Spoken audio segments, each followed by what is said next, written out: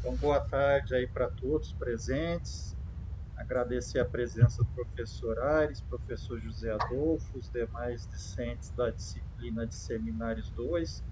Hoje nós vamos ter dois seminários, o primeiro do discente Paulo Ricardo Silva Pereira, que é orientado do professor Aires, e vai ter como debatedor o professor José Adolfo. Então, Paulo, como a gente sempre realiza, né? Você tem em torno de 20, 30 minutos. Uhum. Depois a gente parte para a etapa das arguições e comentários. A palavra está com você. Ok. Boa tarde a todos presentes. Especialmente quero agradecer ao professor Aires por estar presente e também pelo professor Dr. José Adolfo por ele ter aceitado ser o debatedor nesse seminário.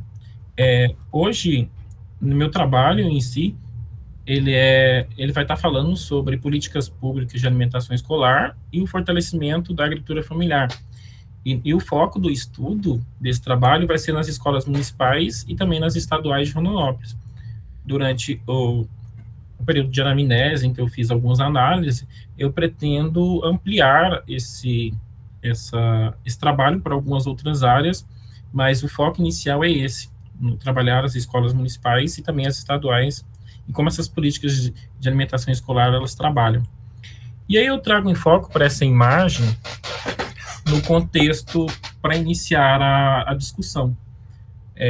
Todas as políticas públicas, inicialmente, ela tem uma chamada pública, atualmente, que ela vai ter como característica os pontos de como as pessoas elas vão conseguir vender os seus produtos, como elas vão conseguir entrar neste meio dessas políticas de alimentação, que seria o caso. Então, a chamada pública é o foco inicial do trabalho, porque não é todas as famílias que elas têm acesso. Então, esse fortalecimento da agricultura familiar, ela já começa com um pequeno problema aqui na chamada pública. Esse tipo de processo de aquisição, ele já foi outro, e agora ele mudou para a chamada pública, que facilitou que os agricultores conseguissem a se aproximar-se desse contexto.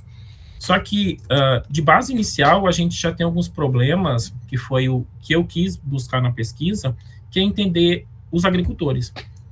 O foco é a escola, sim, porque é o consumidor, é o produto final, é o que recebe o produto final, no caso. Então, a gente tem que trabalhar a base para também entender qual seria o final desse produto. E esse trabalho, eu dentro do seu contexto, eu quero trabalhar duas ciências interligando e uma cooperando com a outra. Em primeiro momento, na geografia, trabalhar toda a sua história, todo o seu contexto, como iniciou, qual a sua função, o porquê a agricultura, o porquê esses pontos, e aí chegar com a economia, que é a outra ciência que eu quero trabalhar junto, explicando como isso influenciou o nosso dia a dia, como isso influenciou a economia local, que é o foco do trabalho. E aí, continuando, a gente tem um ponto, que é a introdução e o contexto.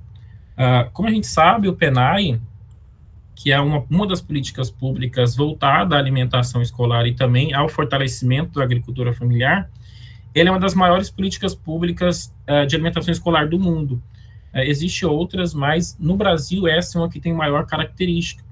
E, segundo dados do Fundo Nacional de Desenvolvimento Escolar, a gente tem, no ano de 2024 a 2025, que de 39 a 40 milhões de estudantes, eles foram atendidos na educação básica pública com o contexto alimentar. Então, é um programa que ele tem um suporte, ele tem um processo de adaptação e de trazer essas pessoas muito grande. E, assim, um outro ponto que eu não coloquei ainda no trabalho, mas que eu estou esperando algumas publicações que vai estar vindo, que é que agora, além dos alunos se alimentarem, utilizarem o PENAI para alimentação escolar, a gente vai ter que os professores também vão poder se alimentar dessa própria merenda escolar. Então, é um ponto que se dizer, a economia, ela vai aumentar esse número de pessoas que vão receber esses produtos, se vai aumentar a quantidade de fornecimento, porque, visto o plano safra, do ano de 2025 a 2026, tem uma mudança muito grande no que é a agricultura familiar e no que vai ser investido, o que vai deixar de ser investido, e isso é um grande problema que deve ser analisado E o trabalho também ele foca nesse ponto. E a gente tem que 100% dos municípios eles é contemplado, mas aí o que precisa ser revisto? Se realmente eles são contemplados e está sendo na prática, ou se eles estão sendo contemplados, ou simplesmente é um dado colocado ali para ficar bonito. Então, esses são os pontos que devem ser analisados. E, segundo a lei de 11.947, do ano de 2009, ele prevê que, junto com esse orçamento de aquisição de merenda escolar, 30%, no mínimo 30%, deve ser voltado para a agricultura familiar. Então, essa política pública, ela fortalece, sim, a agricultura familiar na questão da aquisição de alimento. Mas como que está essa aquisição de alimento, por exemplo, na cidade de Rondonópolis? Como que a cidade ela está se comportando em ter essa diretriz de receber 30% para a agricultura familiar, como que ela está procedendo com isso? Então, porque o do Rondonópolis entra no seguinte, é um município que tem um potencial agrícola muito grande. Aqui a gente encontra diversas fazendas, diversos assentamentos, diversos arrendamentos. Então, isso impacta muito na produção. A gente consegue, a região consegue produzir o suficiente para atender a comunidade local. Além de atender a comunidade local, ainda tem para produção para exportação. Então, a gente precisa entender quais são os desafios que faz com que essa agricultura familiar ela abasteça a população e todo o seu entorno. Então, aí a pergunta norte que fica é, se existe produção local, por que ainda não aproveitamos totalmente o potencial do PENAI? O que falta para os agricultores, o que falta para as escolas e para a demanda dentro do município? Então, a função desse trabalho seria deixar isso claro para poder mostrar para a sociedade o que ela tem de direito. Porque, novamente, entrando no conceito de ter uma anamnese inicial, você consegue perceber que grande parte das comunidades rurais e assentadas, elas não têm o conhecimento prévio de como funciona. Para se ter uma ideia, meu tio, por exemplo, ele é fazendeiro, ele é do MST, que é de assentamentos, e ele conseguiu uma terra, mas ele não sabia o que era para tirar um CAF. Então, não é toda a comunidade, não é todos os agricultores rurais que têm essa aceitação de como fazer, de onde tirar nesse ponto. Então, o papel do PENAI tem o contexto de fortalecimento da agricultura, nesse caso, na agricultura familiar, que, no caso, vai impulsionar a economia local. Essa é a ideia de você ter uma ajuda dentro da própria sociedade que está inserida. O objetivo da pesquisa, analisar as efetividades e os impactos do PENAI no município. Nesse caso, a gente vai implementar, como esse programa implementa influências, nesse caso, nas práticas ecológicas. E aí entra um ponto interessante, que, para quem está assistindo, tem um documentário muito excelente, que ele vai falar sobre como funciona a agricultura familiar na base agroecológica. Ele chama Terra Vista. Ele é um seminário, é um documentário de 20 minutos, mas ele consegue abarcar tantos problemas sociais, tantos problemas que foram resolvidos durante o tempo que essa comunidade rural ela conseguiu resolver, que na base da minha pesquisa ela já foi um ponto inicial no referencial, porque ele traz à tona os problemas que aconteceram conforme o passar dos anos até os dias atuais. Isso é bem interessante para deixar claro para a sociedade que alguns problemas precisam ser revistos e precisam ser resolvidos. E aí fica esse documentário para caso alguém queira aprofundar mais. O problema da pesquisa, fortalecimento, vai ser investigar os processos, investigar a agricultura familiar, o processo de aquisição do PENAI, como o PENAI ele garante os produtos locais e sustentáveis, a identificação dos percentuais, quais são os percentuais que são aplicados com o programa do PENAI, e como chegar aos resultados da agricultura familiar no seu desenvolvimento local. Como o programa está impactando o desenvolvimento local, que no caso é a cidade de Rondonópolis. E compreender essa percepção. Porque nesse caso, a pesquisa... só um segundo. A pesquisa, ela vai seguir no seguinte âmbito da metodologia. Vai ser de abordagem mista, quali e quanti, predominantemente qualitativa, mas com uma grande quantidade de dados que devem ser estruturados para a reelaboração da pesquisa, mas nesse caso é ir no campo mesmo e buscar como o agricultor vê que esse programa funciona, trazer uma base inicial referenciado às entrevistas semi-estruturadas, onde o sujeito ele vai ter o direito de expressar suas opiniões acerca do que está sendo perguntado e você ter uma ligação entre o entrevistador e o entrevistado. Então, essa pesquisa vai ser de abordagem mista com entrevista semi-estruturada. Vai ter estatística descritiva, que esses dados quantitativos eles serão analisados nesse conceito na base econômica, como eu falei, que vai ser interligação entre geografia e economia.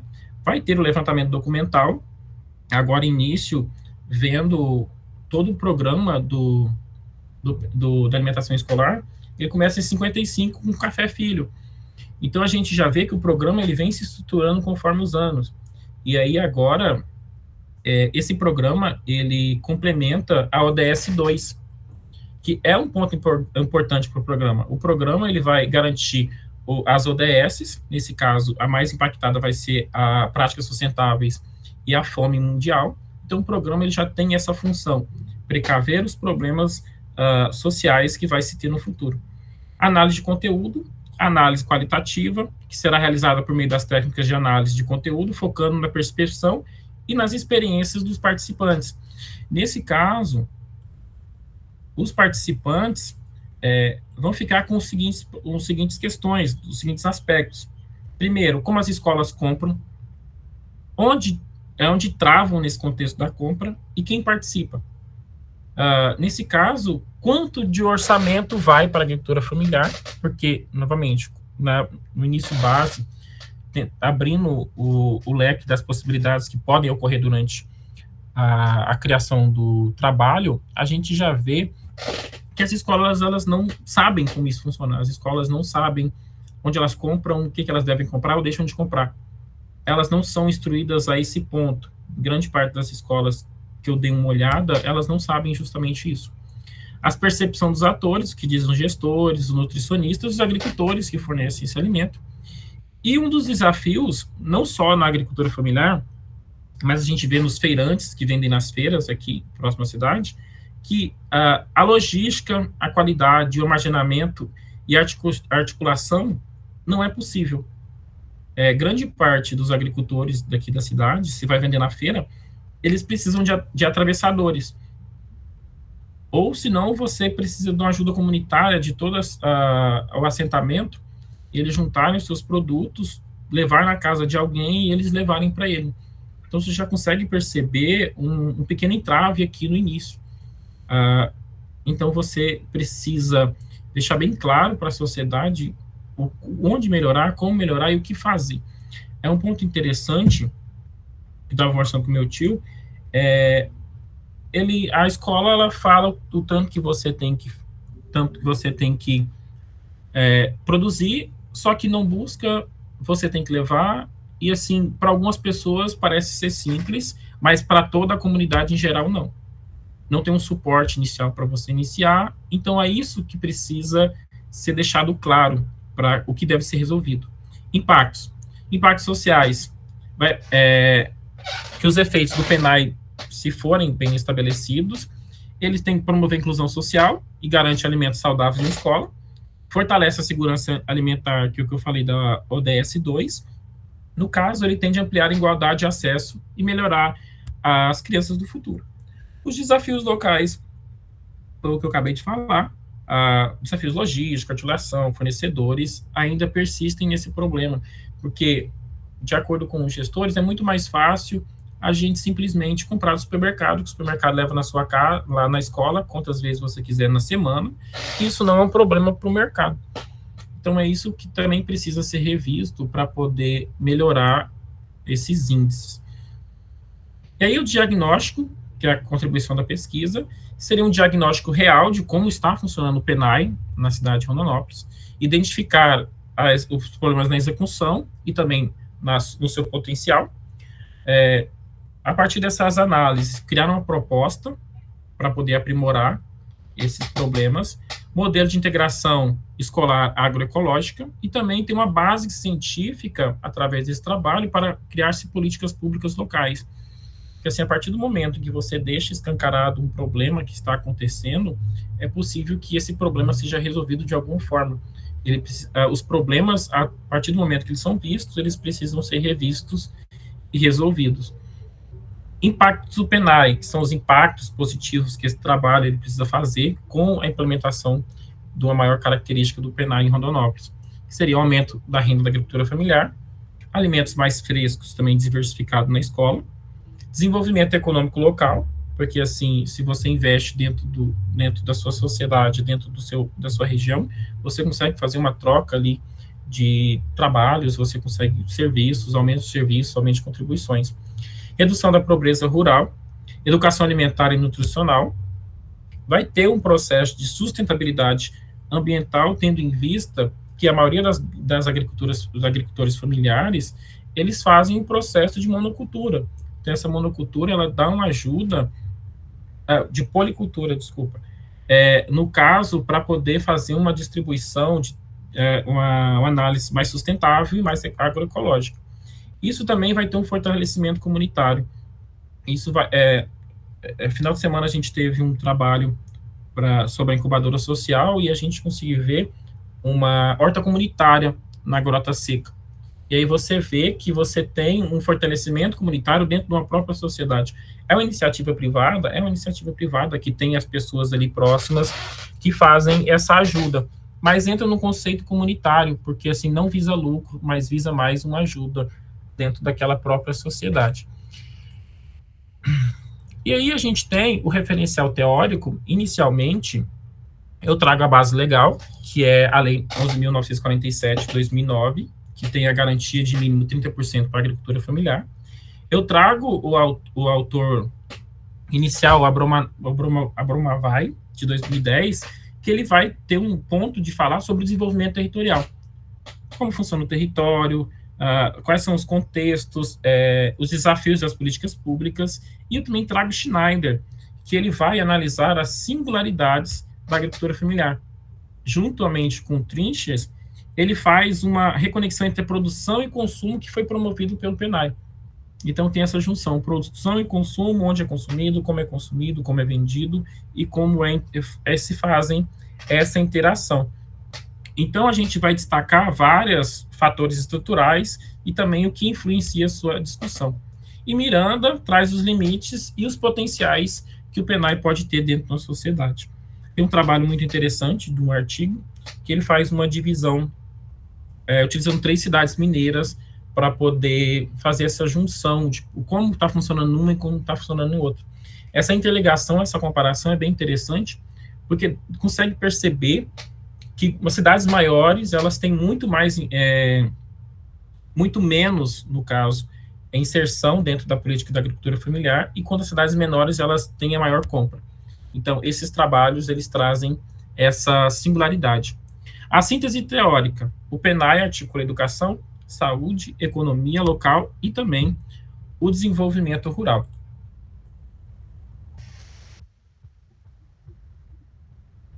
E assim eu trago a conclusão e os próximos passos que vai ser feito para essa pesquisa para continuar dando um andamento. O PENAI ele não é estratégico somente para alimentação escolar, saúde e economia local. Ele também engloba várias outras questões, como fortalecimento, como integração. É essa a essência do PENAI. Como ele está sendo implementado, é o que deve ser visto e o que deve ser caracterizado. Então, Rondonópolis, ele tem um alto potencial, como eu trouxe no início, ele tem um alto potencial para a produção local, para essa inserção dentro dessa região, e essa pesquisa científica, ela busca caminhos reais para melhorar a efetividade da política. Igual a política, eu só trago o PENAI exclusivamente, porque meu trabalho vai ser focado justamente na alimentação escolar, mas não é só essa política alimentar que existe. Existem diversas outras, inúmeras, que você pode descrever. Então, efetivamente é essa, para deixar claro para a sociedade que esse programa existe, como ele está funcionando, o que ele precisa ser melhorado, e isso vai ser um ponto para o fortalecimento da agricultura familiar, no caso, depender da articulação de planejamento e também políticas públicas de qualidade.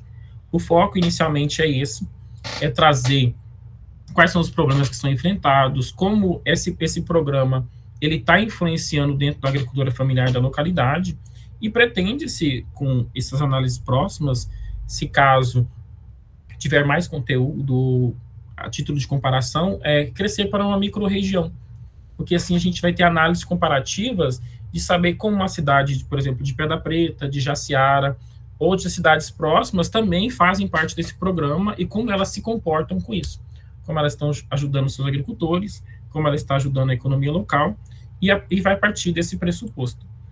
E aí eu trago um referencial teórico base para início das questões, e meu trabalho ele fica inicialmente nesse ponto de análise. Obrigado, Paulo. Fez aí a apresentação, deu 20 minutos exato. Parabéns aí pelo seu controle aí do horário, né? E passamos então para a próxima etapa com a contextualização aí do professor Aires. Boa tarde a todos, né? É um prazer, né, estar aqui nesse momento, né, de elucubração de ideias, né, do acadêmico Paulo Ricardo Silva Pereira. Ele que foi me orientando de TCC, e na época ele trabalhou sobre um bairro lá de Pedra Preta, né, que é a terra onde ele nasceu. Enfim, ele fez um trabalho praticamente quase que sem orientação, ou seja, ele sabia o que queria e desenvolveu bem o trabalho. Nós até publicamos o artigo em a revista Tocantinense de Geografia, depois publicamos em forma de capítulo de livro, e depois, para minha surpresa, ele fez seleção no PPGTA e me convidou para ser orientador dele, e propôs fazer esse trabalho, né, desenvolver esse trabalho. Ele já atua também como professor, né, então ele tem um trânsito dentro da educação, e disse que estava fazendo economia. Agora ele está fazendo um trabalho que tem a interface entre geografia e economia e a questão ambiental, né, e a questão da agricultura familiar.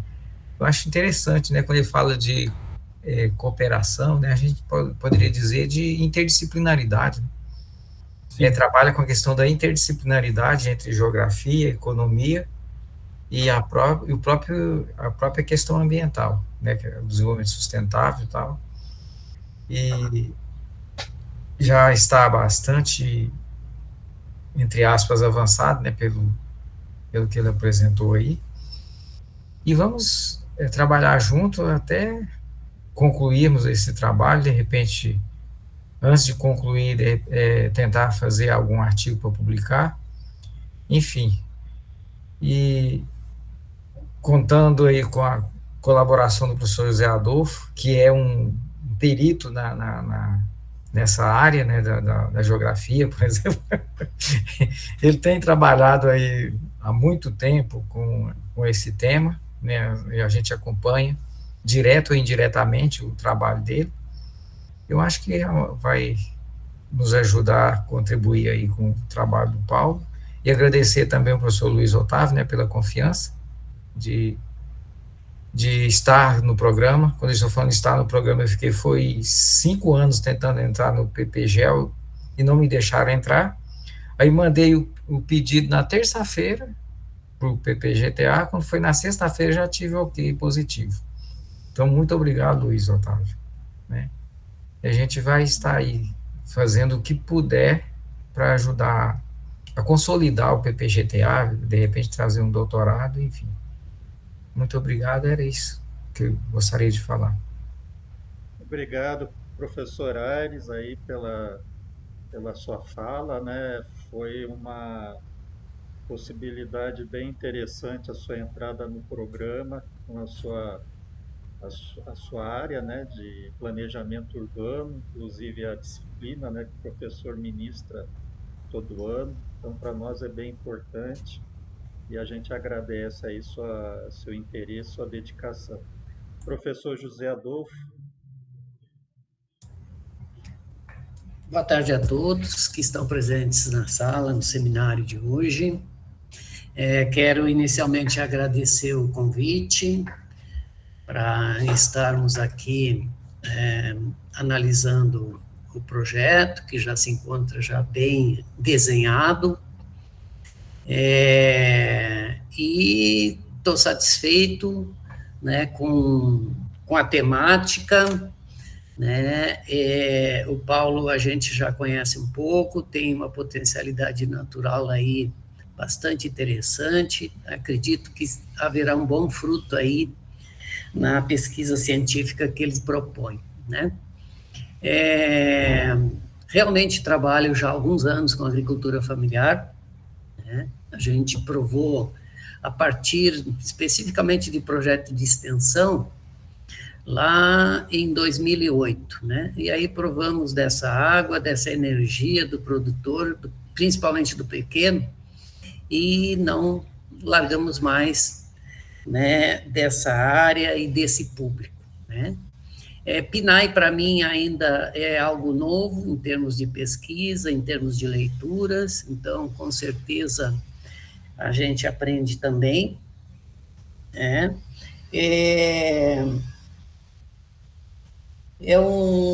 E a questão da alimentação escolar, principalmente no nosso país, é algo que é indispensável, principalmente pelas condições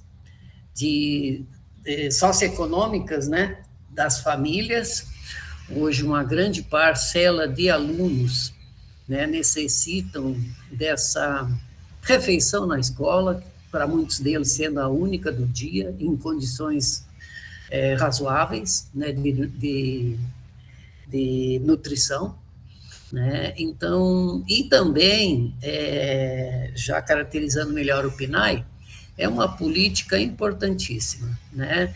Ela vem para fortalecer também a agricultura familiar, que por vários motivos, né, não tem esse respaldo, né, para possibilitar uma renda ao maior número de agricultores familiares, e acaba, né, muitas vezes esse recurso indo geralmente mesmo para supermercados, né. Infelizmente ainda a gente tem esse gargalo aí ele tem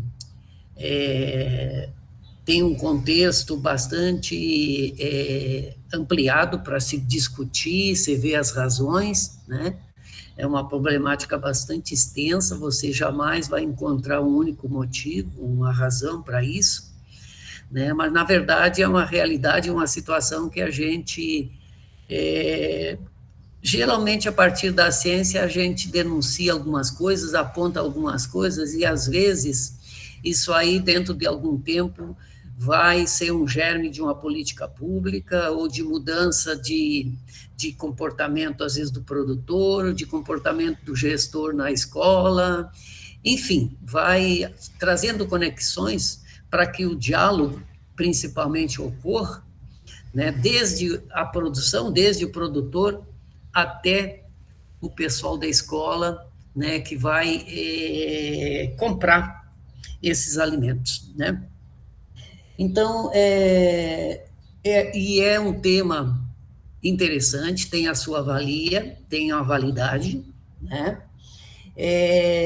Mas, assim, de início, penso que você está, como eu disse, já desenhou muito bem o projeto, ele vai precisar de alguns detalhes, né, detalhar melhor aí a questão dos instrumentos, de técnica de pesquisa, né, acho que tem que ficar mais claro também qual é o seu método, né, de pesquisa, isso aí mais para a parte do projeto escrito, né, mas é bom deixar isso claro.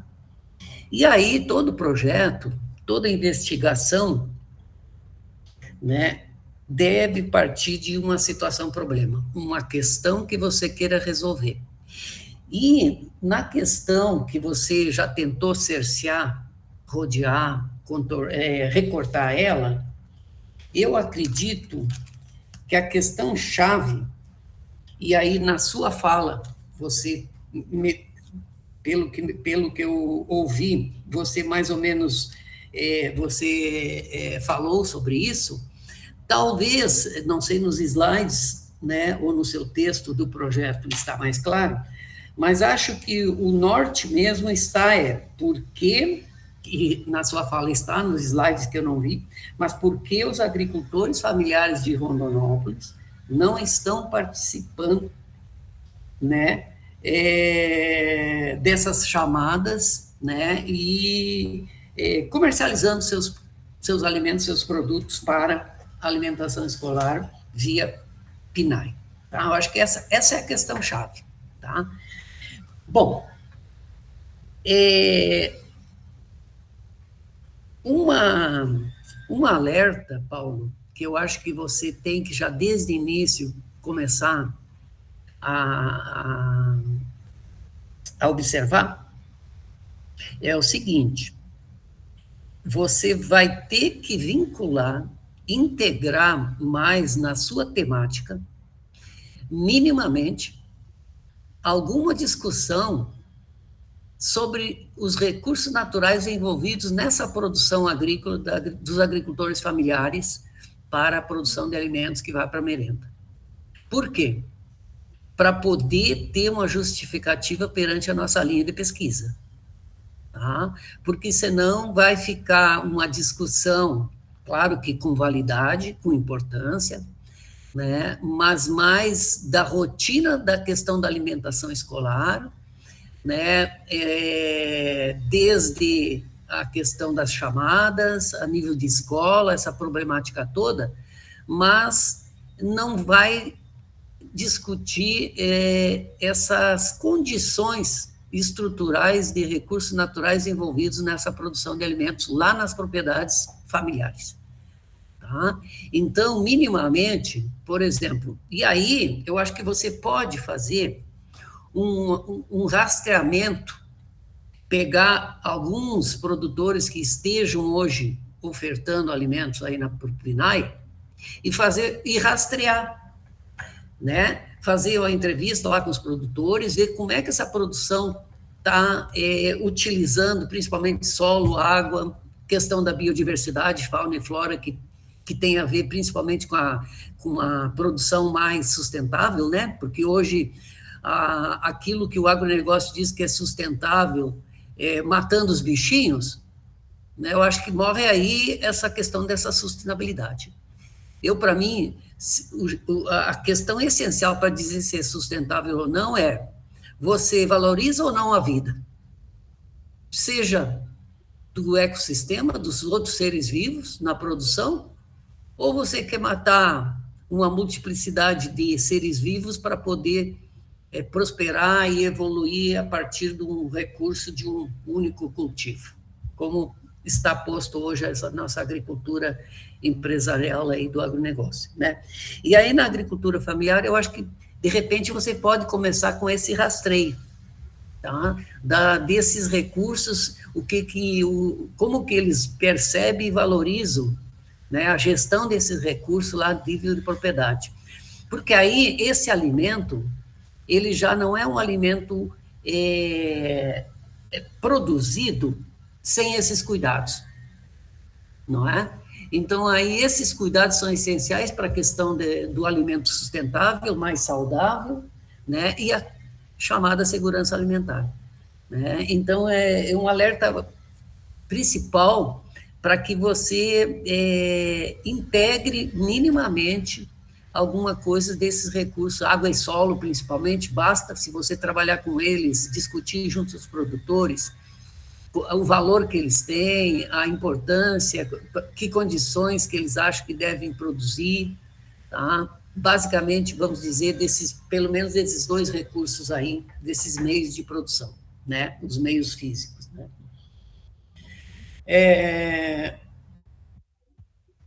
E aí, o contexto é amplo, certo? Eu acredito que você, no desenho do projeto, aos poucos, você vai recortando e criando vias básicas para você fazer a sua pesquisa, a sua investigação, né? Porque uma outra coisa, e aí uma pergunta. Você, na sua fala, você disse que a escola não é informada, não é preparada para fazer essa chamada, para fazer essa aquisição, né, de produtos alimentares junto a produtores familiares. Não tem um conselho municipal da merenda escolar? Esse conselho não auxilia isso nas escolas? Porque que eu lembre, parece que esse conselho também fiscaliza, né, o uso do recurso. Sim. Pode falar. Pelo menos, isso não foi uma observação em loco, já deixando para poder já iniciar para a utilização da pesquisa, mas Sim. foi com alguns gestores da escola. Por exemplo, perguntar se você consegue comprar essa alimentação. Não, eles falam que tem esse processo, mas é muito mais fácil a gente comprar do mercado. Então não é simples, tem toda a inserção, que tem o programa, mas é muito mais simples ir no supermercado e pedir para eles levar 2, 3 vezes na semana, porque da última vez que eu pedi, aí eles complementam, da última vez que eu pedi alface, por exemplo, ele trouxe alface para o mês todo, que na primeira semana ele estragou. Certo. Então eles falam assim, é muito mais simples eu comprar do supermercado, que traz toda semana, do que do agricultor, que às vezes não tem essa disponibilidade de trazer toda semana, somente uma vez. Esse órgão, não sei se é fiscalizador e é consultivo, eu acho que ele deve ser acionado pelas direções e gestores das escolas. Eu não sei também a questão dos princípios, a atuação deles, se também eles podem fazer esse auxílio ou não, ou é só fiscalização do recurso ou não, né? Tipo assim, dizer, olha, tem escola aí que não está comprando e está comprando de mercados. Eu não sei, e aí às vezes pode se omitir, né? Mas é interessante você minimamente levantar pelo menos as atribuições desse conselho, sabe por quê? Porque eu sei que ele existe, porque quando eu morava, residia em Rondonópolis, uma colega, uma amiga minha da Empaer, hoje é aposentada, ela é nutricionista e ela fazia parte do conselho. Ela sempre estava comentando sobre essa questão aí, inclusive essa questão aí mesmo do não uso do recurso, né, para melhorar a renda de produtores familiares e aí para os empresários, para mercadistas, para os mercados, né? Então, por isso que, de repente, é interessante você levantar minimamente para ver quais são as atribuições do conselho e, de repente, quem sabe, nas atribuições, eles também seriam a tarefa deles, responsabilidade, de informar também a questão de auxiliar isso aí. Claro que aquilo que eu falei, o contexto é bem complexo, porque a gente sabe que, por exemplo, hoje, se todas as escolas quisessem utilizar todo o recurso do PNAE, com certeza não haveria produção. Tá?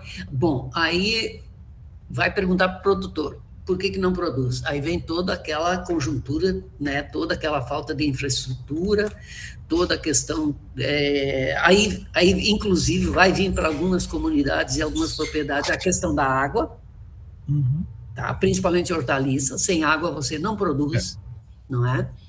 E também a questão da assistência técnica, tá? Questão de água, logística, transporte, assistência técnica, esses 3 elementos aí são basilares, né, são razões bastante complicadas aí, são motivos, né, que realmente, né, atrapalham, né, a questão da produção e comercialização, né. Deixa eu ver alguma outra coisa que eu vi aqui. Tá. Eu não sei, eu acredito que eu tenha passado batido, e aí eu não visualizei os seus objetivos específicos. Você lembra, assim, de cabeça? Que eu lembro que eu me ative no geral.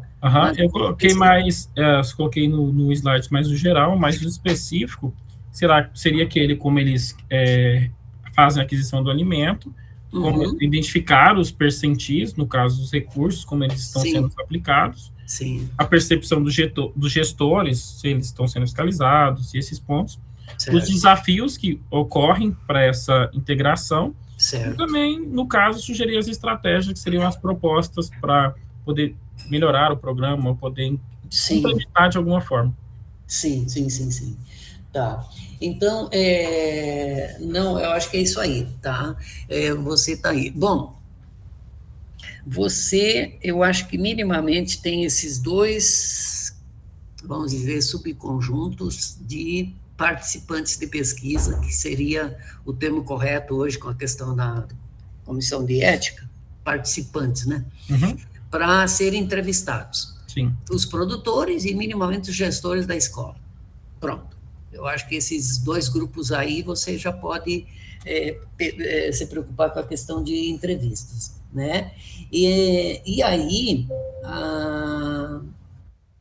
aquela situação da submissão do projeto, né, junto à Plataforma Brasil, né? Que é um desafio. Tá? Quando a questão de produtores, né, você colocou, e a questão das escolas, você terá, porque eu acredito que o método aí, você vai ter que trabalhar com forma de estudo de caso. Também vai ser, eu coloco também como descritivo e exploratório. Certo, também se aplica, mas é que você vai ter que definir, por exemplo, a questão de escola, né? Você não vai trabalhar todas as escolas. O que você pode fazer é levantar a parte mais de economicista aí de recursos. Eu acho que isso aí tu pode até fazer um levantamento, por exemplo, no montante, vamos dizer que tenha, sei lá, 1 milhão. Será que tem 100 mil hoje sendo distribuídos com compras de produtos, né, de agricultores familiares? Não sei. Esses dados aí talvez você consiga fazer. Sim. Tá? Mas, minimamente, você terá que escolher. Acho que, de repente, não sei se uma escola e uma comunidade, aí eu acho que num pré-teste, num primeiro levantamento, de repente você poderia tentar levantar alguma escola que esteja adquirindo, tá? Junto a produtores familiares. E quais são esses produtores familiares? Será que eles viriam de alguma região específica, de algum assentamento, né? Porque às vezes tem a chamada via associação e tem a chamada individual, né? Sim. Tá? Porque aí facilitaria o seu trabalho. Vamos dizer, na assentamento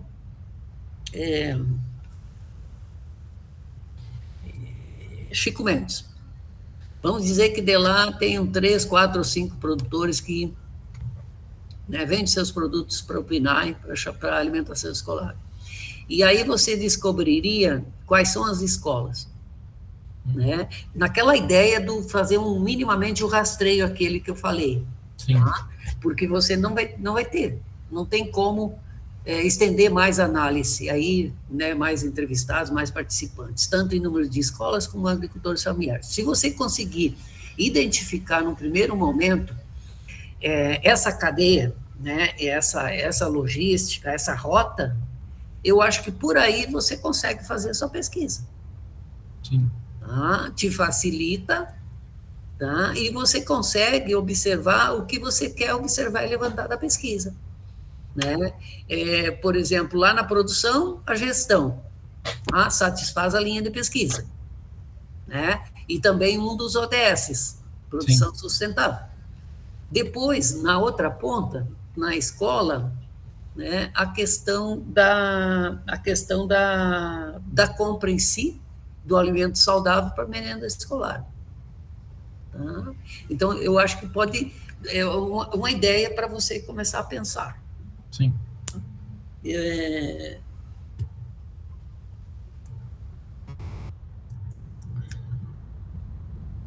Eu acho que, a princípio, que eu lembrei, assim, que eu anotei, seria isso, né?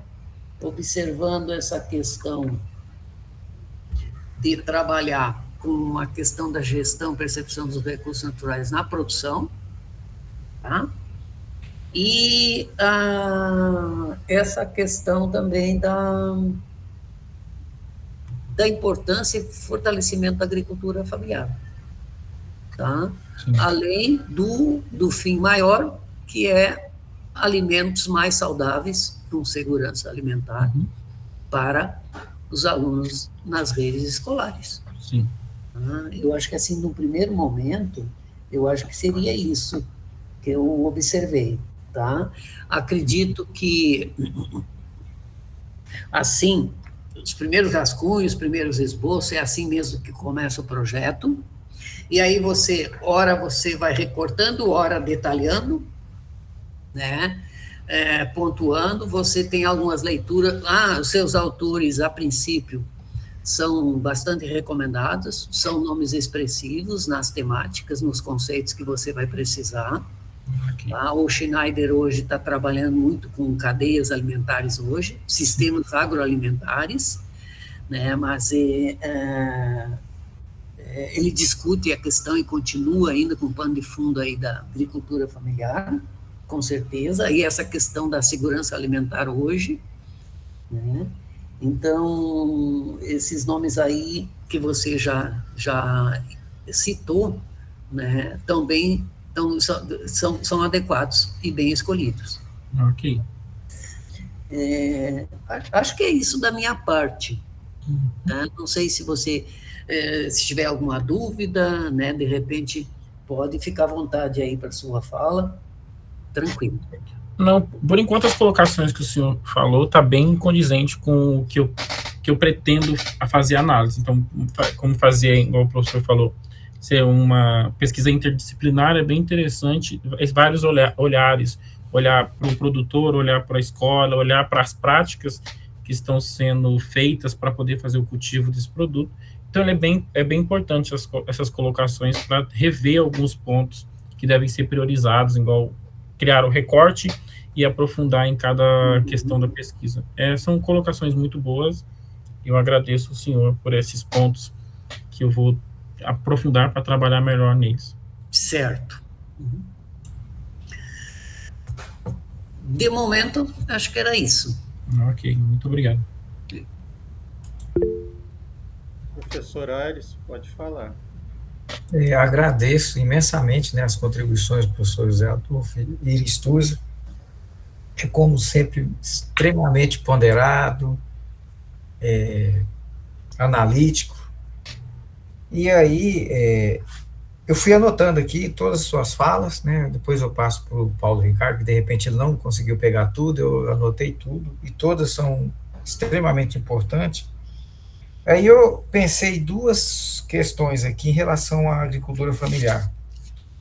E em relação a Rondonópolis, né, porque, né, pelo andar da pesquisa, as escolas não têm, de repente, comprado tanto da agricultura familiar.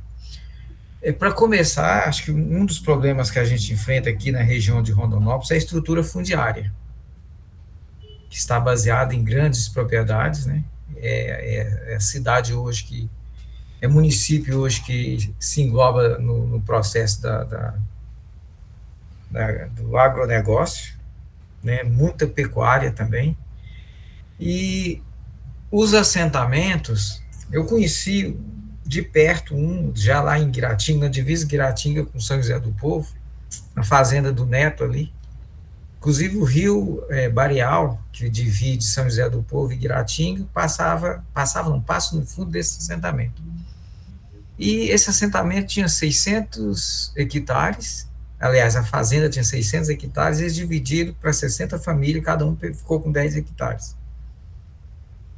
Mas no governo, estou falando de governo Lula, né, eu acompanhei desde o começo até mais ou menos 10 anos atrás, eu ia direto lá, que eu tinha minha cunhada que morava lá.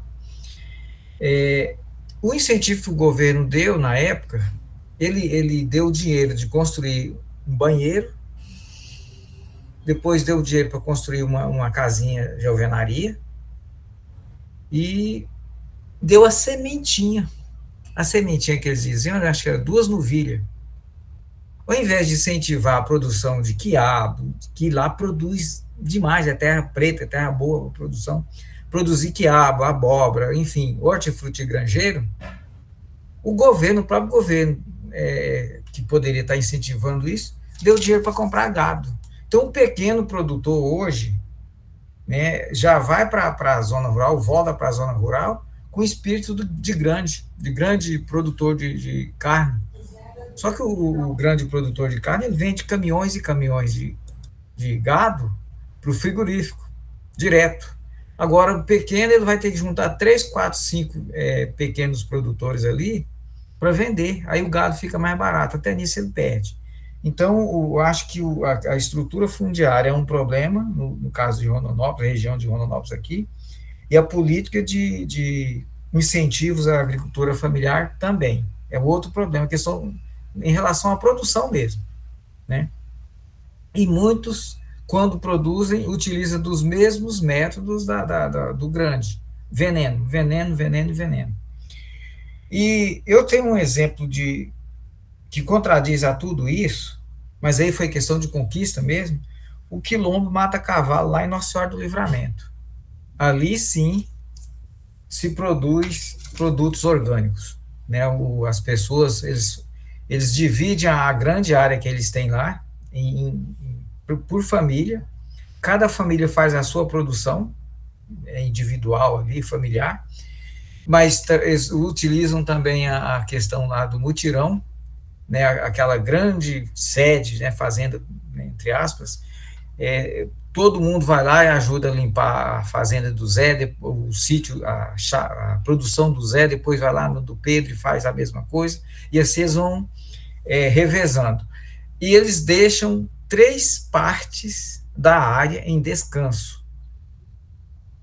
Eles vão reutilizar aquela área que eles deixaram em descanso, por exemplo, nesse ano de 2025, daqui 7 anos. Então, eles utilizam a rotatividade de cultura, eles utilizam essa questão do descanso para a produção. E ali, as relações que eles têm lá, estou falando das pessoas, relação mesmo matriarcal, patriarcal, todo mundo cuida de todo mundo. Eu estou falando das crianças, as crianças sabem brincar de as brincadeiras antigas, né? De cair no poço, aquelas brincadeirinhas mesmo, sem malícia e sem celular. Enfim, ali eu vi o que seria basicamente parte da solução dos problemas estruturais, rurais e fundiários brasileiros, né? Aquele quilombola ali, a gente tem que tirar o chapéu para ele. E teria, se pudéssemos, criar novos lugares daquela forma, né? Reinserir, que é reinserção mesmo, literalmente, do que era no passado à atualidade. As pessoas hoje, de repente, elas ocupam uma área, voltam para suas áreas, aliás, voltam para a terra, mas com o espírito de citatino, né? Eu visitei um assentamento ali em Jucimeira, que eu esqueci o nome, é um nome italiano, que a produção, de novo, é como se fosse um grande produtor, né? Cria gado, a população lá cria gado. Sem falar também que o solo lá é raso, né? Já dá no cambissolo logo, questão de 20, 30 centímetros, já não tem mais solo, bate na rocha mesmo, dura, e aí você não tem condições de produzir manga, essas plantas perenes. Já é um problema sério deles lá também. Então, o que mais produz, que pode produzir, é o capim. Ou seja, as áreas também são inapropriadas para o pequeno produtor. As terras boas não ficam para eles. Então, são questões que perpassam essa questão da produção, o problema da produção da agricultura familiar. São pontos, Paulo, para a gente, né, começar a pensar, de repente, as razões da não produção suficiente para a alimentação escolar, em Rondonópolis, no caso. Aí você mesmo disse que nos pequenos municípios, eles dão conta, mas, de repente, nos pequenos municípios, ainda tem as pequenas propriedades, naquela produção mais antiga, né? Você vai para São José do Povo, você vai lá para Guiratinga, de repente, Pedra Preta. Aliás, Pedra Preta, nem tanto, está bem próximo aqui de Rondonópolis, mas, enfim, já é praticamente quase a mesma coisa, né? Mas, enfim, é isso. E Depois eu vou estar passando alguns materiais para você também, Paulo, material na área de agricultura, para que você possa ler também mais, além dos autores citados, né, para enriquecer mais o seu trabalho. Ok, eu agradeço pelas colocações e depois só me manda lá o que você falou que ia mandar, que é bom que eu já dou mais algumas pontuadas, mas muito obrigado. Obrigado, professor Aires, aí pelas colocações. Fazer alguns apontamentos para o Paulo e para os demais alunos, né, que a gente sempre faz, assim, a partir da minha observação da apresentação do Paulo, porque eu não fiz a leitura do texto, né, então talvez algo que eu venha falar, né, não esteja de acordo com o projeto, né, mas que é importante aí para os demais também, se essas observações fizerem sentido, né, tanto para o professor Aires, né, e para os demais orientadores. Primeiro ponto, Paulo, da sua apresentação, você demonstrou que tem uma visão, né, você é da área da educação, né, você tem uma capacidade de transmissão aí das suas ideias, né, que é muito boa, mas uma sugestão, né, para os demais também é o seguinte: quando for a fazer a apresentação, inicia, né, na contextualização, remetendo às referências da literatura, né? Ou seja, começa demonstrando que você fez uma leitura prévia, que você tem autores que tratam dessa temática e como que esses autores, né, estão retratados dentro do seu problema de pesquisa. Né? Você começou a descrever mais o seu trabalho, os seus objetivos, e lá mais para o final que você citou as referências. Né? A sugestão que eu faço aí para você e para os demais, por exemplo, a qualificação, é deixar bem claro para a banca que tem embasamento teórico e empírico do que vocês estão desenvolvendo, né? Não, assim, não deixar vago inicialmente quais são as bases da literatura que vocês se respaldaram, tá ok?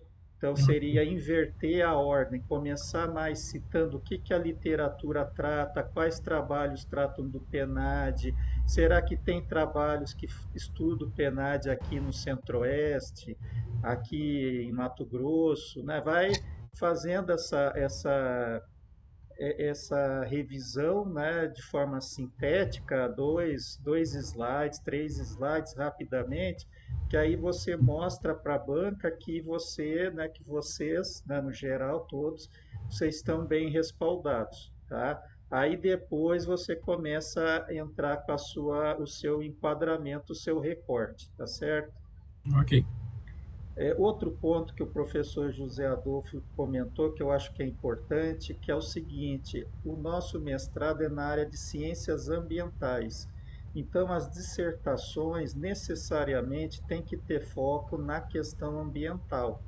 Eu posso tratar de qualquer assunto, porque todos os assuntos afetam o meio ambiente, mas essa relação tem que ser explicitada. Então, você colocou, né, está fazendo economia, né? Acho que você fez geografia antes. Então, você pode tratar do PNAD? Sim, você pode tratar do PNAD, pode tratar de outros assuntos, né? Agricultura familiar, mas o aspecto ambiental ele tem que estar destacado no seu título e nos seus objetivos. No seu objetivo geral no seu título tem que ter algo ambiental, porque aí o avaliador da CAPES enxerga, né? Os avaliadores da CAPES não leem todas as dissertações, eles olham o título e o resumo. Então, se eles não enxergam no título e no resumo algo bem explícito ali de ambiental, de algum problema ambiental, de alguma questão ambiental, você fica com falta de aderência, né? Você tem uma dissertação, por exemplo, que trata de uma questão econômica, mas não tem relação com com a questão ambiental, então não tem aderência. Ou você trata de uma visão geográfica da geografia e não tem aderência ambiental. Então, essa questão do PNAD, você tem que discutir junto com o seu orientador, de identificar lá nesses produtores rurais quais são os aspectos que têm impacto ambiental. A questão da água, a questão da reserva legal, né, a questão das matas ciliares, a questão do uso dos insumos que são utilizados, né, se são agrotóxicos ou não, né, e assim por diante, para identificar essa questão ambiental. Aí, tendo isso sendo analisado, aí você pode retratar isso com outros contextos, né? Contexto da saúde, contexto da alimentação, né? Aqueles aspectos que você tratou, a questão da geração de renda, mas tudo isso está em volta, tem que estar aderente, né? Circulando o aspecto central que é o ambiental, tá? E também, outro aspecto importante que eu senti falta foi a questão metodológica. Tá? A questão metodológica a gente já espera na entrega aí do relatório, agora em dezembro, né, 12 de dezembro, você já deve encaminhar o relatório do projeto de pesquisa definitivo. Então, já se espera que tenha a identificação do método científico que vai ser utilizado. Né? Então, está ainda um pouco em aberto aí pela sua apresentação. Você tratou de análise de discurso, você tratou qual e quanti, ou seja, tem que estar mais já claro. Né? Então, por exemplo, não, eu vou precisar usar análise geoespacial para descrever o território, descrever os assentamentos ou o assentamento que eu vou. Sim ou não? Se sim, já tem que aparecer né, já o processamento.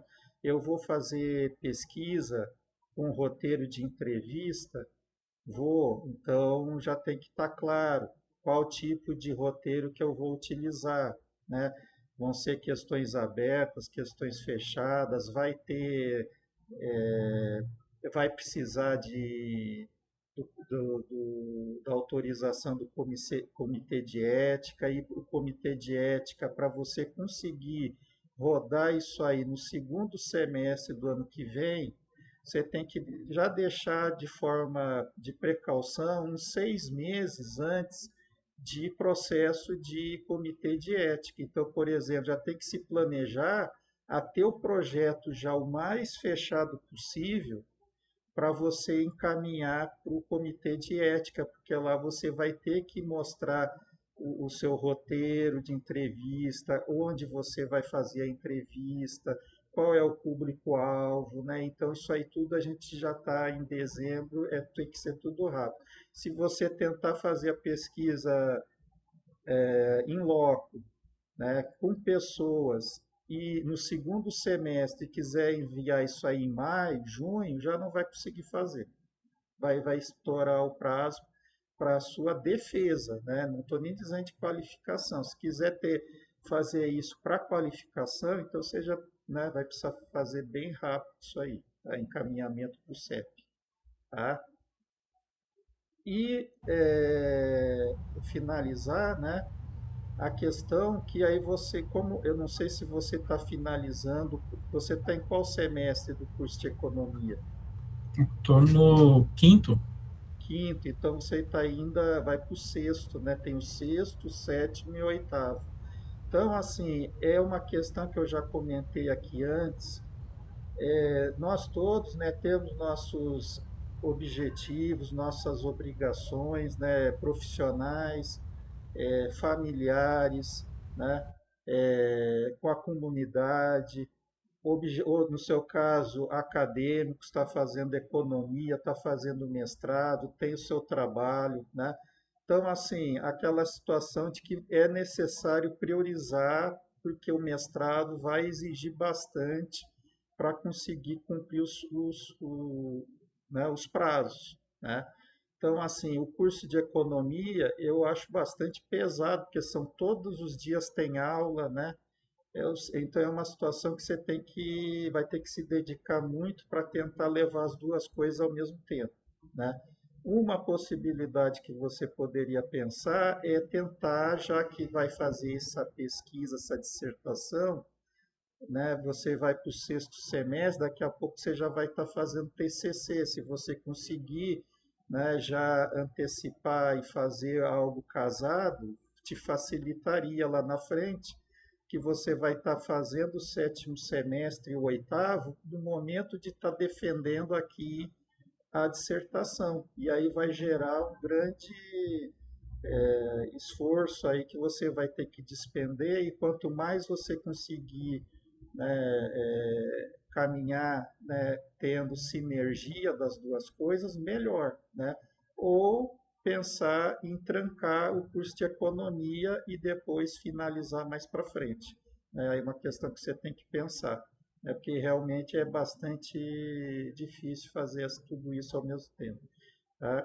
Então essas são minhas recomendações, aí isso se aplica a todos, né?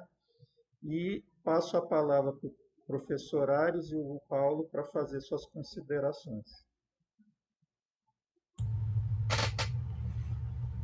Eu queria agradecer a presença de todos, principalmente do professor José Adolfo, que ele se propôs a ser o debatedor nesse dia de hoje, e também ao meu orientador, o professor Aires, por estar disposto também a me ajudar na elaboração desse projeto. E assim eu finalizo e agradeço ao professor Luiz Otávio pela oportunidade, e assim eu passo a palavra para o professor Aires. Eu assino embaixo, né, em tudo que o professor Luiz Otávio falou, em relação à questão metodológica, método científico, enfim. E eu também me preocupo, professor Luiz Otávio, com o Paulo, nessa questão de fazer mestrado e, ao mesmo tempo, fazer economia, e é professor, né, trabalha, é professor, enfim, e mora, né, aqui praticamente, acho que mora só, ou seja, tem que fazer comida, é tudo. Ele é pai, mãe, irmão e filho, sobrinho, ele mesmo aqui. Ele é 1001, e não é o Bombril. Então, Paulo, no seu lugar, eu trancava o curso de economia, né, integralmente, ou de repente matriculava só em uma ou duas disciplinas, para ficar mais leve. E aí, defender o mestrado, você volta tranquilo, termina a sua economia, né, com boa qualidade, e também o mestrado vai ficar com maior qualidade. Você vai precisar de muito tempo, mas muito tempo mesmo, para fazer tudo que ainda precisa ser feito em relação à dissertação e defesa do mestrado, né? Principalmente a questão do conselho de ética, se precisar realmente, né, demanda tempo, é muito tempo mesmo. Eu, desde do início, eu já me preocupava com isso, né?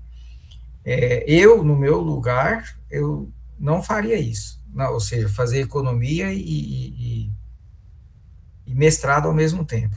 Eu daria um tempo para economia, né?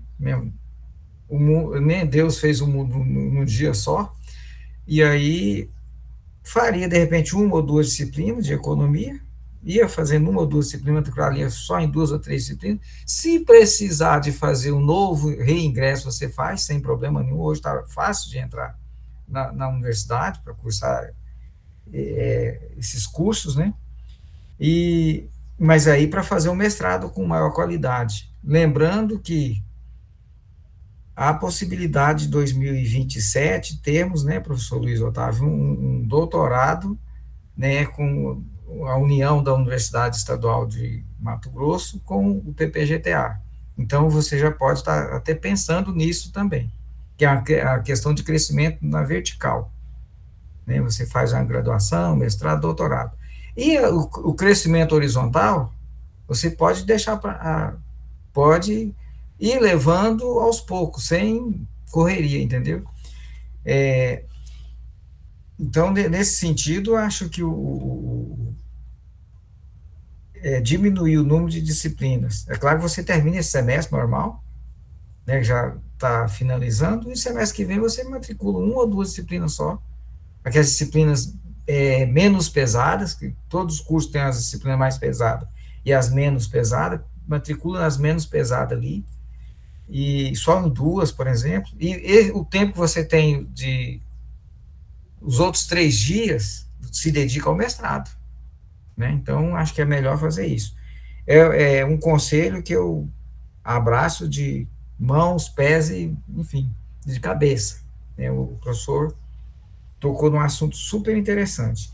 E, no mais, muito obrigado, né, pela confiança, tanto do Paulo, professor Luiz Otávio, obrigado novamente ao professor José Adolfo, está sempre colaborando, né? O nome dele deveria ser José Adolfo Iren Sturza, colaborador.